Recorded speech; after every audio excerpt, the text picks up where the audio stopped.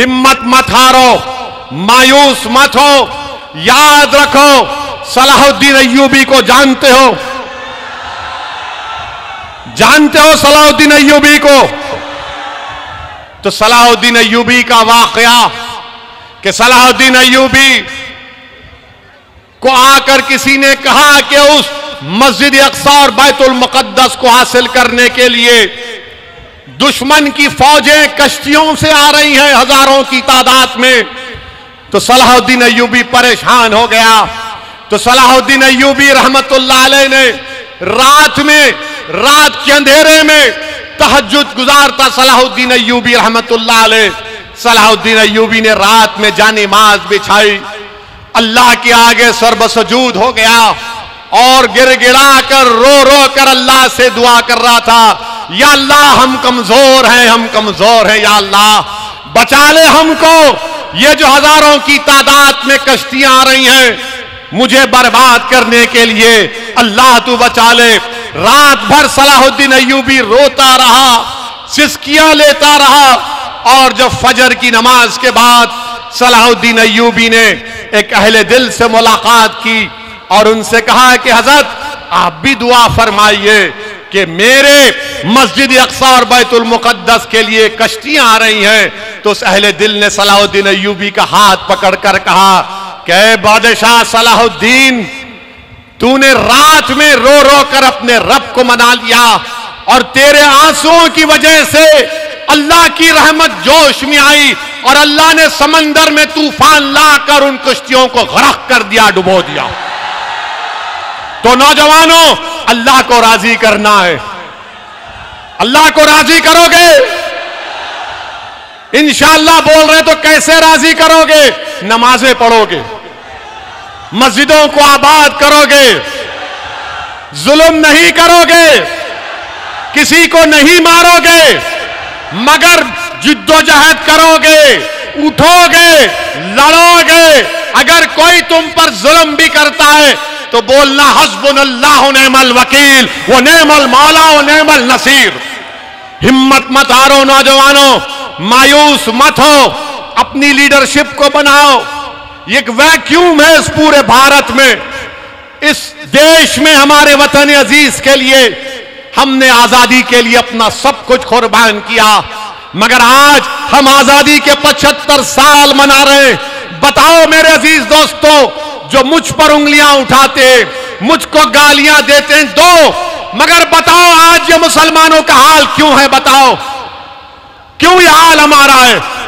मेरे अजीज दोस्तों और बुजुर्गों, आपने लीडरशिप पैदा नहीं की।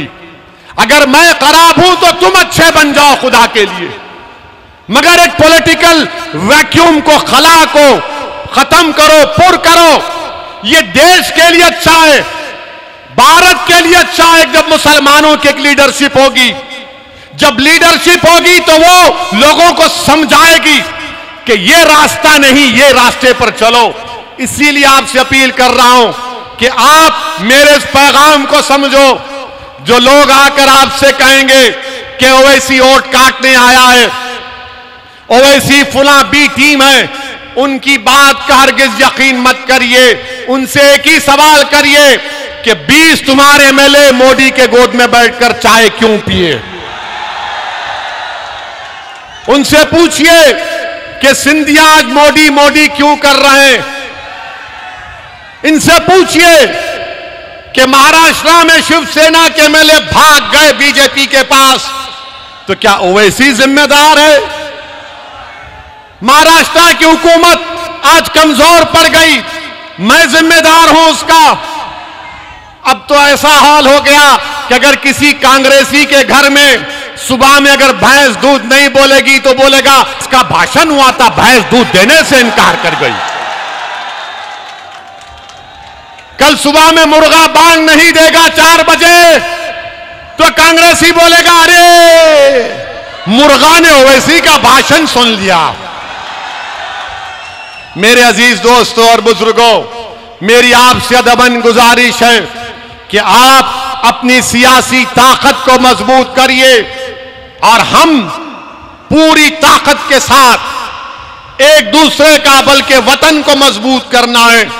मेरे अजीज दोस्तों, नौजवानों, अपने हिम्मत और हौसले को बुलंद रखो, मजलिस को मजबूत करो, वोट डालो, नुमाइंदों को कामयाब करो। एक सियासी सफर का आगाज मैं अल्लाह की जात पर हम सब लोग तवक्कल करके आपके भरोसे पर सियासी सफर का आगाज कर रहे हैं। मेरी आपसे गुजारिश है कि आप इसमें साथ दीजिए। नौजवानों, जिनकी उम्र 20-22 साल है, तुम जब से पैदा हुए तुम भाजपा की सरकार देख रहे हो। मैं तुमसे वादा कर रहा हूं कि तुम मजलिस का साथ दो। तुम देखोगे कि आने वाले सालों में भाजपा में सत्ता में नहीं रहेगी इंशाअल्लाह ताला। क्या आप ये काम करेंगे? क्या आप मजलिस का साथ देंगे? सिर्फ अल्लाह से डरो, ना कमलनाथ से, ना मामा से। आजकल मामा बुलडोजर हो गए। आजकल भूल गए वो ईद के दिन जो टोपी पहन के आते थे, क्योंकि मामा को डर लग गया कि ये होम मिनिस्टर मेरी कुर्सी पे नजर लगा के बैठा है। तो खैर लड़िए, हमको एतराज नहीं है, मगर हमको अपनी पार्टी को मजबूत करना है। आप मजलिस को कामयाब करिए, करेंगे ना इंशाअल्लाह। अगर कोई कमजोरियां हैं तो मैं आपसे माजरत चाहता हूं, हमको माफ कर दीजिए। पहली मर्तबा लड़ रहे हैं, बहुत से नौजवान हैं जिनको सियासी हरबे नहीं आते, बल्कि इनकी नीयतों में इखलास है, इनकी नीयतें साफ हैं। वो गरीब और मजलूमों के लिए लड़ना चाहते हैं। इसीलिए आपसे अपील कर रहे हैं कि आप इन तमाम का साथ दीजिए, मजलिस को कामयाब करिए। और आप अपनी जमात के 6 लोगों को कामयाब करेंगे तो कांग्रेसी बोलेगा, अरे ये 6 जीत गए तो क्या होगा? तो उनसे कहिए, भारत की पार्लियामेंट में हमारे 2 दीवाने हैं। 540 की ऐवान में 2 दीवानों में से अगर एक शेरवानी खड़े हो जाता तो सबको परेशानी शुरू हो जाती है।